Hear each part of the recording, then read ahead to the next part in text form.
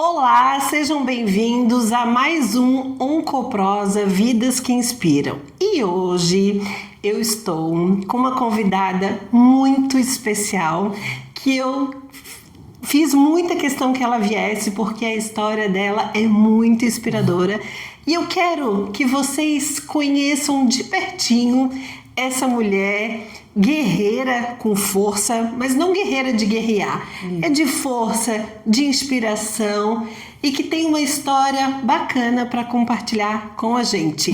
Com vocês, Fernanda! Muito prazer, Fernanda. Eu fico muito feliz que deu certo, que a gente conseguiu se conectar. Verdade. E mais uma inspiração que veio através desse grupo que a gente tenta fazer para se unir, para tentar apoiar umas às outras, Sim. porque a gente sabe o quanto isso é difícil, né, Fê? Difícil. Eu queria que a Fê... Olha só a intimidade da pessoa. Eu queria que a Fê, a Fernanda, contasse um pouquinho quem é a Fernanda. Bom, eu sou filha do Pedro e da Rita. Eles tiveram 4 meninas e em 2020 a nossa vida virou de cabeça para baixo, bem na pandemia, onde a gente descobre que a minha irmã mais velha, ela nem gostava que chamasse ela assim, ela tinha 45 anos e ela é diagnosticada com câncer de mama. E a Fábio viveu 1 ano com a gente, somente. E eu não sou a caçula, eu sou depois da caçula. 6 meses se passaram, Grazi, minha mãe chorando ainda a morte da minha irmã. Eu pego um nódulo na minha mama, não queria que fosse um câncer também. Não por mim, mas pela minha mãe e pelos meus meninos, eu tenho 4 meninos. E fiz sozinha ali durante 2 meses todos os exames que a gente faz, que demora, que tem prazo, para que viesse a resposta que não fosse, mas era. A resposta que ninguém espera que venha. Que venha. E eu mais ainda, porque a gente como mãe, né, Grazi? A gente pensa muito nos nossos filhos e eu me coloquei no lugar da minha mãe. Como dizer para minha mãe que tinha perdido a sua filha tão recente, que eu também ia passar por isso e a situação, Grazi, para a gente imprimia que eu também iria morrer. Minha irmã é diagnosticada e morre. Eu sou diagnosticada, então... Na verdade, eu acho até por isso que eu quis muito te trazer aqui. Quando a gente fez a última roda, porque a Fernanda, a gente se aproximou através do voluntariado da MUC, né? Através dessa exposição, dessa troca, a gente viu uma certa cumplicidade em relação ao diagnóstico, né? Sim. E a gente foi se aproximando, não tão íntima, mas assim, uma escutando a história da outra, né? E cada vez se conectando mais. Dos projetos da MUC, que é a roda de conversa, a Fernanda trouxe essa história. E eu achei essa história tão forte, tão impactante, mas tão necessária de ser falada, de ser difundida, para que a gente entenda que o câncer é uma doença avassaladora. Sim, muito. Que o câncer arranca o nosso chão, mas que cada dia mais a gente consegue ter histórias diferentes. Exatamente. Né? Exatamente. Tudo depende de várias situações. Depende de como a gente descobre o diagnóstico, depende da equipe que nos recebe, Sim. Depende de como a gente encara, depende de como a gente está dentro desse mundo. Eu não conheço a história da tua irmã, né? Eu soube de 2 parágrafos no máximo que tu trouxe naquela roda. Sei muito pouco a tua história, mas a tua história, ela imprime algo diferente da tua irmã. Sim. Que é diferente da minha, Sim. que é diferente de tantas outras histórias. Exatamente. Mas, ao mesmo tempo, a gente saber que existe possibilidade nos dá força e nos faz se agarrar Exatamente. a algo que a gente não sabe. Exatamente. A primeira ajuda que me impactou foi de um grande amigo. Ele falou assim: a tua história não é a história da tua irmã. E Grazi, eu vejo o Oncoprosa como isso. A história de alguém aí que está vivendo não é a mesma da outra, e a gente está aqui para dizer que dá sim para fazer uma história diferente, que tem sim chances, né? A gente, hoje eu venho aqui falar de morte, da morte da minha irmã, sim, mas eu quero que fique na cabeça de vocês que tem vida no câncer. Exatamente. Tem vida. E o câncer de mama, 95% de chance de cura, né, Grazi? Sim. É muita coisa, né? A minha irmã foi um caso à parte. Minha irmã, ela não se cuidou. Ela tinha 45 anos de idade e nunca tinha feito uma mamografia, né? Ela tinha agonia, enfim. Então, quando ela foi diagnosticada, o câncer, infelizmente, já estava na cabeça dela e ela não teve chances. Mas ela ainda viveu um ano com a gente, né? Foi algo que eu digo que é um enigma até hoje, porque nós não sabíamos que o câncer dela era terminal. Não sei se ela sabia, acredito que não. Minha irmã era muito desesperada, mas essa incógnita que eu nem faço questão de ir atrás foi um cuidado com a gente, porque ela viveu um ano ali bem. Talvez se um ano antes, quando ela recebesse o diagnóstico, fosse dito para ela: olha, Fábio, você é terminal, né? Ela também mãe de um adolescente. Eu acredito que ela teria morrido em uma semana e teria deixado a nossa família louca naquela semana. Exatamente. Assim, ela viveu um ano com a gente. Eu vi isso como um cuidado de Deus com a gente. Viveu perto da gente, porque o bracinho dela ficou bem grandão, Grazi. E vinha pra gente que aquilo era uma trombose.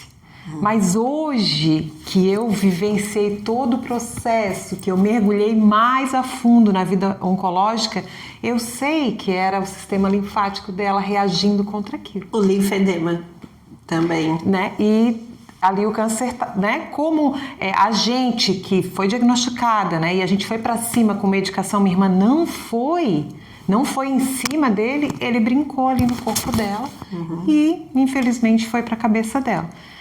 Eu digo que a gente tem os 4 exemplos na minha casa. A minha irmã mais velha, que não cuidou, né? Por isso eu vejo a importância do Outubro Rosa, e não só do Outubro Rosa, mas de a gente falar o tempo inteiro sobre cuidar, sobre, né, o diagnóstico precoce. É importantíssimo. A minha irmã mais nova, porque quando eu fui diagnosticada e a gente era em 4, a gente fez o exame genético. Ah, muito importante isso. Sim. Também. E no exame genético, o painel genético que eles chamam, a gente descobriu que existe uma mutação na nossa família chamada BRCA1. E a minha irmã mais nova, na hora, ligou o alerta e ela fez a cirurgia profilática. Ela tirou as 2 mamas. Olha só que legal, que importante a Fran isso. Fez a mesma cirurgia que a Angelina Jolie fez. Sim. Né? A gente tem a mesma mutação. E a Fran, correndo, fez. Então eu digo que a gente tem os 4 exemplos. Minha irmã mais velha que não cuidou, minha irmã mais velha que cuidou, mais nova que cuidou precocemente, eu que peguei ali aquele nódulo e correndo fui para o médico, vi na sexta, na segunda eu já estava no médico. E a minha irmã, entre eu e a que faleceu, que nem toca no assunto. Que é uma preocupação até pra gente, né? Porque essa mutação, as chances são de 90% de um câncer de mama, 50% um câncer de ovário. Eu, inclusive, tirei o ovário. Também tirei. Né, alguns meses para que não tivesse outra surpresa.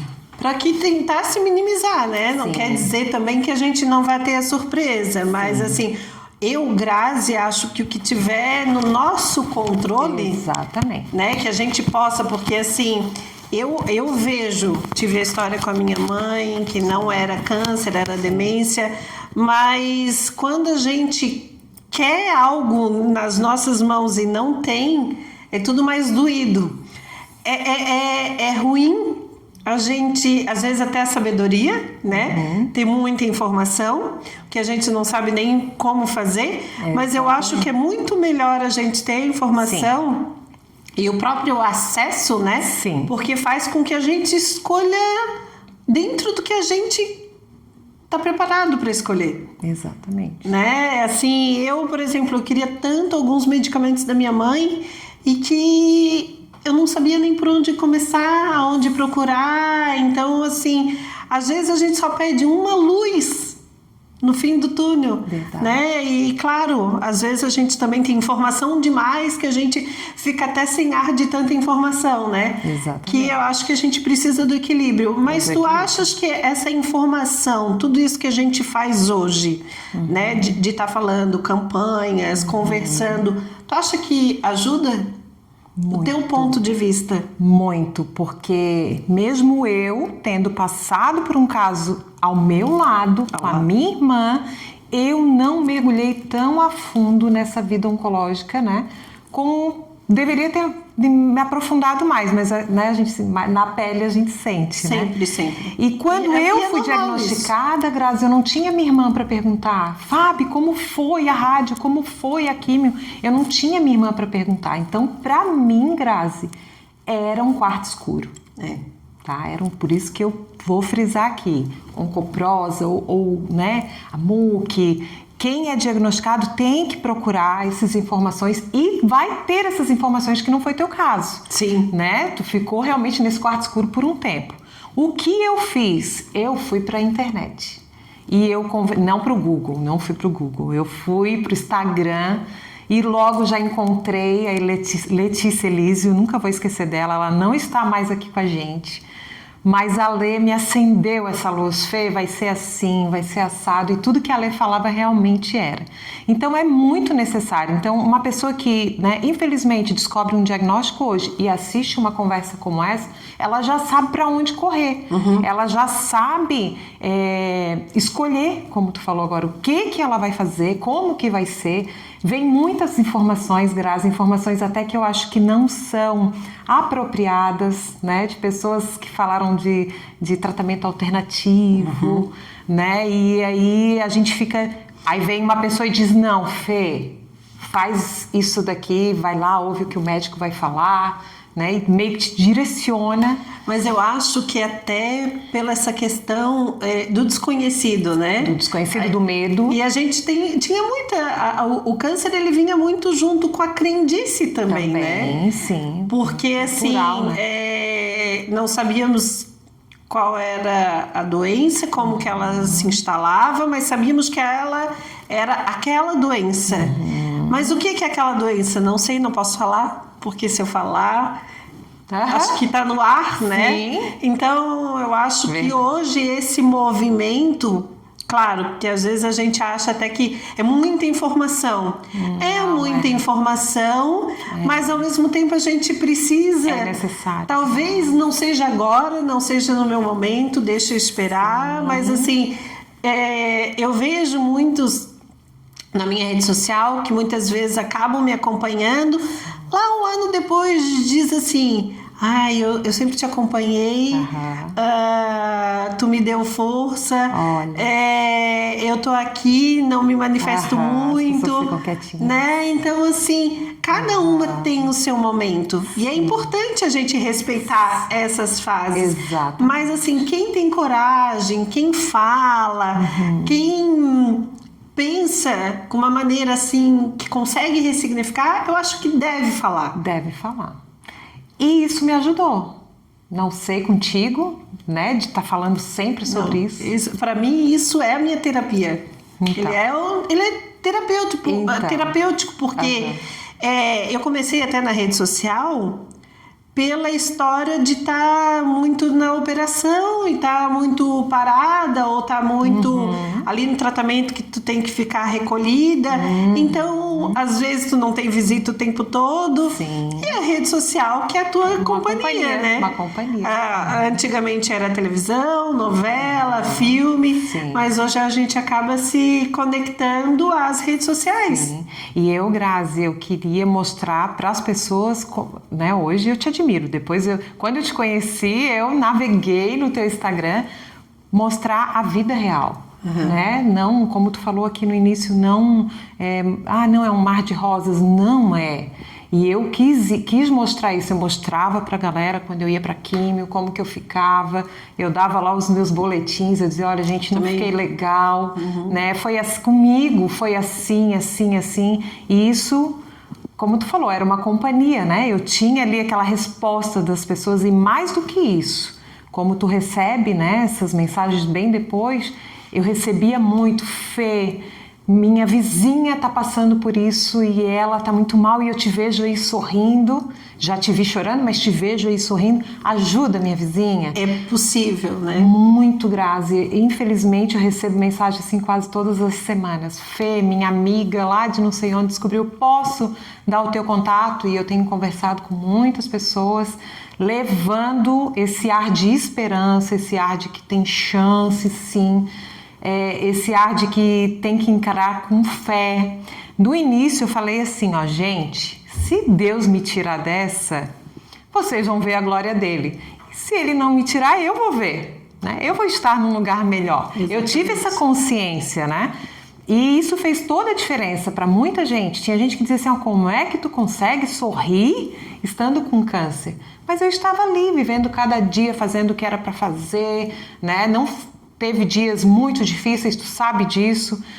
Dias que eu saía do médico feliz, dias que eu saía no chão e eu mostrava isso para todo mundo. Gente, hoje eu saí no chão porque houve a possibilidade de eu não fazer reconstrução, porque estou muito mal por causa da químio. Sempre eu abria o jogo com a galera. E às vezes, assim, a gente recebe um baque, mas se a gente tem essa informação, a gente consegue dar a volta por cima, assim, consegue... Não é dar uma volta por cima, não é isso. A gente consegue reverter a situação, né? Eu uma vez, muito eu me questionava lá no início em relação à morte, né? Sim. Mas ao mesmo tempo, a minha família, do meu pai, ela é evangélica. E ela falava muito do paraíso, estar ao lado de Deus, né? Sim. Aí eu não posso ter medo de morrer. Porque eles pregam tanto que é tão lindo esse outro lado, né? E Paulo dizia que morrer é lucro. Exatamente. Né? Então, assim, aqui... a única, na verdade, acho que talvez a mesma conexão contigo é a tristeza de quem a gente vai deixar. Exatamente. Né? Eu tinha isso, assim. O Vitor, quando recebeu o diagnóstico, ele tinha 4 anos. Tu tinha quantos filhos? 4 meninos. 4 meninos, imagina. Ainda mais meninos, né? Menino e menina sendo órfão é complexo, mas menino em determinadas faixas etárias... Idade, como o meu sobrinho, que ficou com 11 aninhos sem a mãe, eu tenho acompanhado de perto... É muito difícil. Por mais que eu tenha dito aqui que morrer é lucro, que a gente vai para um lugar melhor, ninguém quer. Nós somos acostumados e ensinados a gostar de viver. E é legal isso, porque a gente ganhou uma vida, a gente tem que viver da melhor forma. Então ninguém quer morrer, né? Por mais que a gente vai estar melhor. E eu falava para Deus, por favor, deixa eu criar os meus meninos. Deixa eu ter essa possibilidade, me leva quando eles estiverem já casados. Eu sempre falo, Graça, que eu quero que os 4 carreguem a alça no meu caixão, porque eu não quero perdê-los. Não é a ordem natural da vida, e eu falei isso para ti no dia do velório da tua mãe. Ela não aguentaria te perder. Exatamente. Então, eu lembro muito bem, assim, de quando ela recebeu o diagnóstico. Claro que a gente fica triste, né? Sim. Mas... foi melhor nessa sequência do que na outra sequência. Com certeza. Porque ela não ia conseguir lidar com isso. Não que eu consiga, mas eu acho que ela era mais frágil. Sim, com certeza. Do que eu. Não é a ordem natural. Né? E imagina, o Vitor tinha 4 anos, ela foi todo o meu suporte. Banho, os cuidados, as questões, assim, ela me ajudou pequena, né? Ela me ajudou muito, mas imagina, assim, a falta que é para eles uma mãe, né? Então, assim, como isso tudo é difícil, né? É desafiador. Desafiador. Eu vou falar para ti que não foi a minha primeira preocupação eles, foi a minha mãe. Primeiro foi a minha mãe, como falar para minha mãe. Imagina o impacto da segunda. Ela tá chorando ali a morte da minha irmã ainda, eu como mãe não quero passar por isso. E depois foram os meninos, claro. Sim. E a terceira foi perder o cabelo. Eles tinham quantos anos? Depois a gente fala 2 adolescentes, né? O Vitor tava com 18, o Dudu com 16. E o Pedrinho tinha 12 e o Alexinho 9. Né? Mãe, 2 gerações. olha só. Escuta, mãe de 4, um de 18, naquela época. Um de 18, repete. De 16. De 16. Aí a outra galerinha com 12 e 9. 12 e 9, que agora estão com 20 e 18. 20 e 18. 14 e 11 anos. Olha só. Todos aí nessa fase de adolescência. Olha só, ela mergulha no colágeno. Não, gente. senhora! Ela mergulha Eu tô no bem colágeno. velhinha, Grazi, Ai, bem velhinha. eu tô triste, gente. Eu tô muito triste que ela tá velhinha. Eu já sou sogra, Grazi. Olha isso, coisa. daqui a pouco é tu. Eu já fui. Ah, então. Semi, né? Semi. É, mas é muito bom. Filho é muito Mas bom. não é essa fase. Quando a gente tem um filho que a gente quer passar por isso, Sim. não é boa essa fase? Exatamente. A gente perde o cabelo, né? A gente fica com cabelo branco. Sim, Mas assim, foi na frente deles que eu tive coragem de mostrar minha careca. Eu não mostrei pra ninguém. Mostrei depois no Instagram, mas foi na frente deles que eu tinha essa liberdade. No dia que eu raspei de fato, o menor que tava com 9, ele veio e disse: mãe, você tá linda. Saiu muito do coração dele, porque ninguém mandou ele falar aquilo. Ele não leu sobre, ai, ajuda Não. quem... Não, saiu muito, mãe, você tá linda.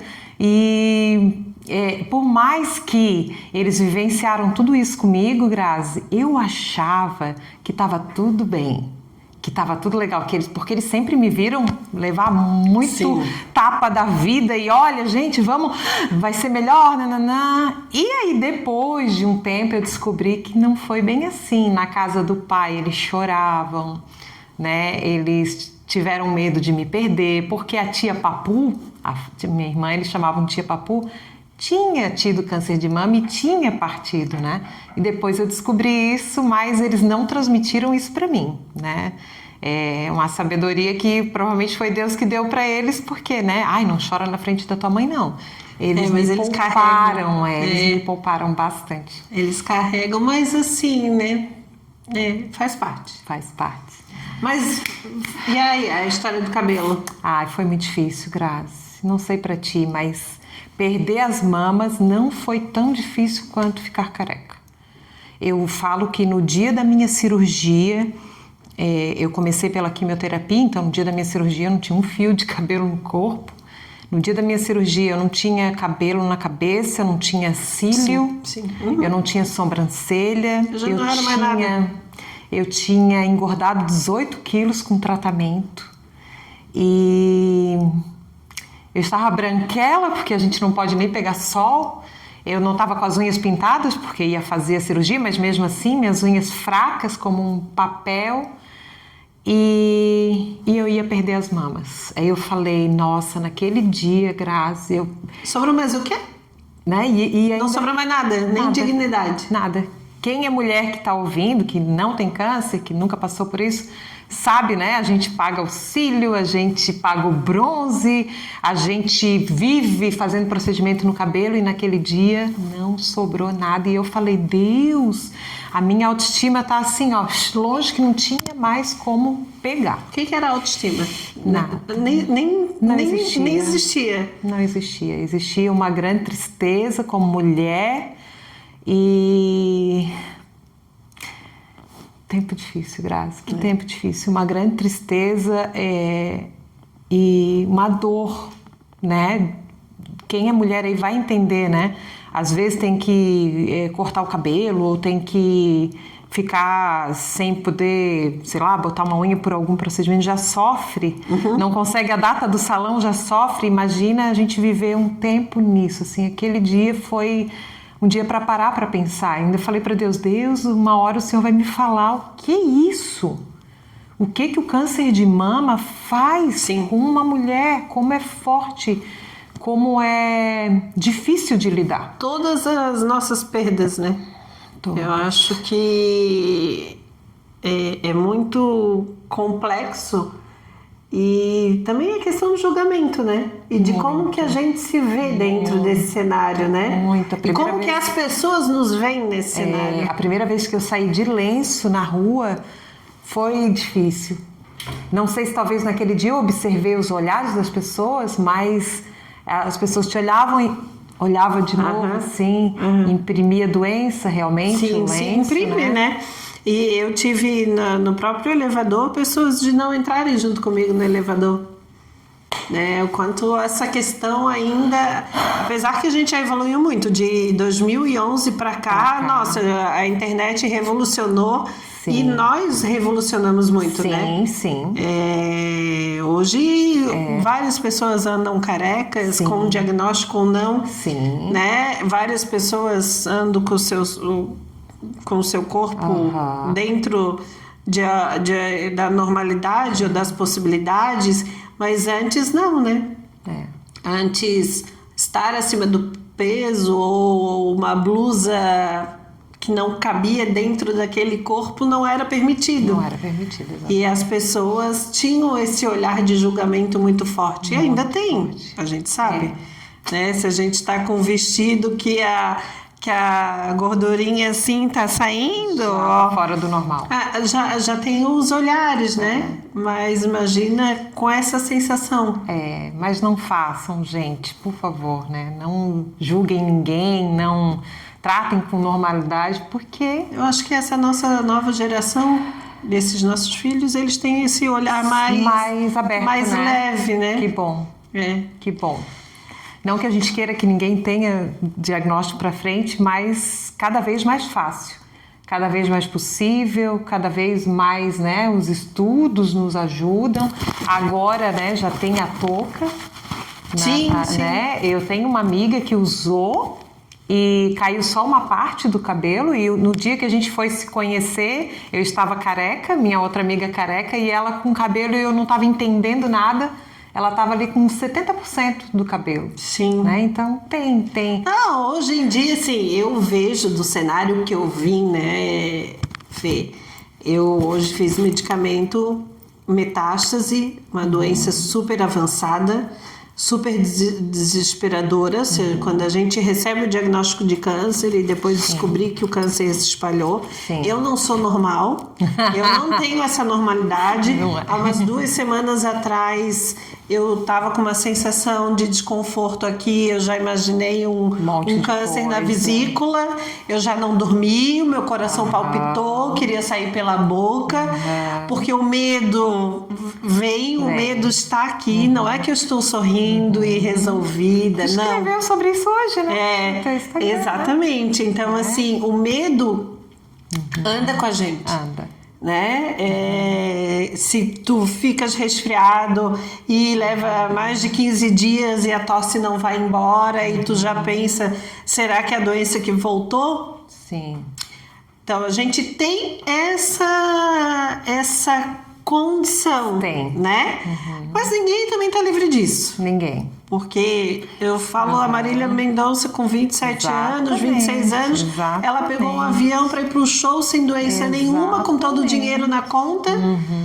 Infelizmente aconteceu o que aconteceu com ela. Então nós estamos aqui, ninguém está livre de nada. Não é porque eu tô com câncer, eu vou morrer, não. Né? Mas o que eu vejo que é muito importante, que é uma das coisas que eu prego muito e gosto de usar as redes sociais para isso, é defender o avanço da ciência. Sim, muito importante. Porque lá em 2011, o meu cenário, eu não estava dentro dos 95% de chance. Muito pelo contrário. Estava dentro dos 5%. Né? Eu tinha 7 centímetros, vida, né? Tinha 7 centímetros, linfonódulo bem avançado, pele, a auréola, nada deu para conservar. Então, assim, a morte para mim era praticamente a única solução, né? Ali, daquele cenário, assim, eu não tinha dizer assim, mas eu tenho uma chance. Eu não tinha onde me prender na chance, entendeu? E assim, consegui. E eu que sou guerreira, hein? Respondi, a doença respondeu, né? Deu certo. Depois veio a metástase. A metástase era incurável. É incurável. Sim, é incurável, ela não tem cura. Estás aqui com mais vida que muita gente. A gente tem mais medicamento, a gente tem mais acesso, mais oportunidade. Então, eu utilizo as redes sociais para tentar dar voz a essas nossas histórias, sabe, sim, Fê? Até por isso que veio a história do Oncoprosa, para que as pessoas, porque não é só pra gente, né? Claro que quem vai querer ouvir são pacientes que vão querer se inspirar, que vão querer ter uma informação. Mas a gente também tem que fazer essa mudança no cenário para os políticos, né? Para esse olhar e ver que a gente não é um número, que a gente não quer encher os hospitais, né? Que a gente quer descobrir o mais precocemente possível para tentar evitar uma cirurgia avassaladora, né? Para que a gente tenha menos agressividade. No meu caso não foi possível, mas hoje a tua irmã já teve a oportunidade de fez uma cirurgia conservadora, né? Então olha quantos impactos ela deixou de vivenciar por causa disso. Quantas sequelas só ela de fugir de uma quimioterapia, eu já falei, Fran, vale. Exatamente. Porque a quimioterapia não é de Deus, né? Quem já passou aí... Fora as sequelas emocionais, as sequelas de limitação. Eu não sei se tu tirou o linfonódulo ou não. O meu tipo de câncer, porque quando a gente descobre o diagnóstico, a gente descobre que ele tem nome e sobrenome, né, Graça? E a minha irmã era um HER2 positivo que fala, né? E eu um triplo negativo. O HER, ele, nessa questão do linfonodo, ele é mais agressivo. Exatamente. Ele é... Por isso que eu fazia parte dos 5%, porque ele era... Os teus estavam comprometidos. Ele era um cavalo de Troia. Ele vinha assim, galopante, né? Quando ele vem... Sim, que tanto foi o caso da minha irmã, que chegou aí até a cabeça dela. Exatamente, porque eu fiz, assim, final de setembro, ele tinha 1 centímetro, depois quando eu fiz uma biópsia em outubro, ele já estava com 1 centímetro, um mês depois, quando eu comecei em novembro, ele já estava com 8 centímetros, então ele era totalmente galopante, que se eu tivesse, eu sempre digo, assim, todas as minhas declarações, se eu tivesse demorado 2 meses... Eu também. Eu acho que eu não teria chance de estar aqui nesse momento, assim. Poderia até estar viva. Tinha que estar aqui. Eu poderia até estar viva, mas eu poderia estar com outras limitações, né? Outras sequelas. Então, até por isso que eu digo assim, não, eu tenho que fazer alguma coisa com essa história. Essa história não pode ficar no meu bolso. Né? Ela não pode ficar guardada. Ela precisa ser... falada, estudada, sei lá, qualquer coisa. Tu é necessária. Qualquer coisa. E eu era um triplo negativo. A minha irmã um HER2 e eu um triplo negativo super agressivo. Eu encontrei ele já do tamanho de uma azeitona, assim como a ponta de um dedo. Naquela tarde, tem gente que se fez, não tava ali. Naquela tarde ele pontou e... O triplo negativo eu não pesquisei, mas ele era fatal, né? Hoje já não é mais essa história, mas na época ele era fatal. E as pessoas ao meu redor pesquisaram. E começou a vir, né, presentes e convites, porque provavelmente leram lá, não, a Fê vai morrer, né? E o meu era um triplo negativo inflamatório. Até quem estiver assistindo que falar, Fê, eu conheço alguém, porque eu até agora conheci só uma pessoa no interior de São Paulo que teve um inflamatório. Após a biópsia, ele veio aqui para fora, Grazi, como um ovo cozido, assim, uma bola de sangue, assim, terrível. E quando eu cheguei no consultório médico, já com o mastologista, ele falou assim para mim, Fê, tu chegou aqui perdendo de 5-0 para o câncer. Não, aí eu falei, no segundo tempo ele falou, não tinha como reverter. E se a minha químio, né, não tivesse dado certo, eu também não estaria mais aqui, né?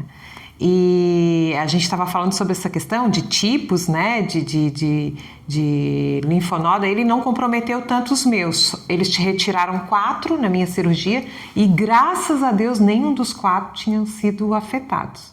Então eu não passei muito por esse susto aí, como eu tenho algumas...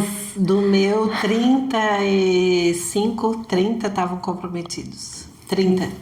Meu Deus. 30. Como não te adianta? Eu tenho ali, eu tenho foto.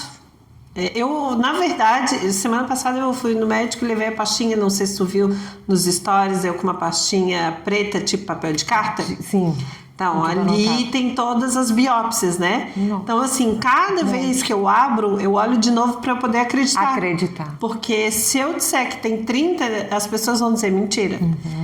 Tu fez o esvaziamento total, né? Total. O próximo vídeo que eu vou gravar, que é o próximo episódio, que vai ser depois da Fê, é com a Luana, que é fisioterapeuta. Sim. E assim, ela não me deixa mentir porque ela foi...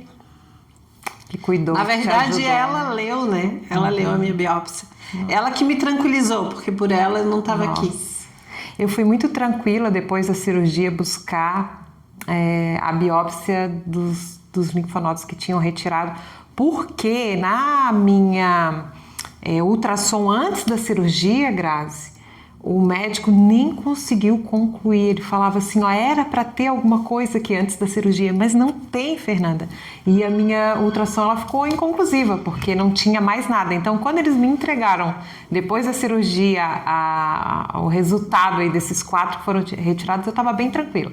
O que não é tão assim para todo mundo, mas Sim. Olha, eu estava bem tranquila. Na verdade, Fê, eu acho que além de tudo, toda essa nossa história, o que a gente tem que fazer é dizer para as pessoas: se cuida.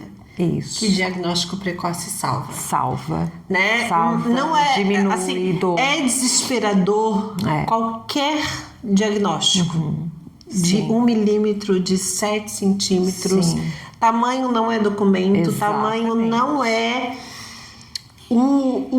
primordial, né? Não é a sentença. A sentença. Entendeu? Não o é. tamanho não é a sentença.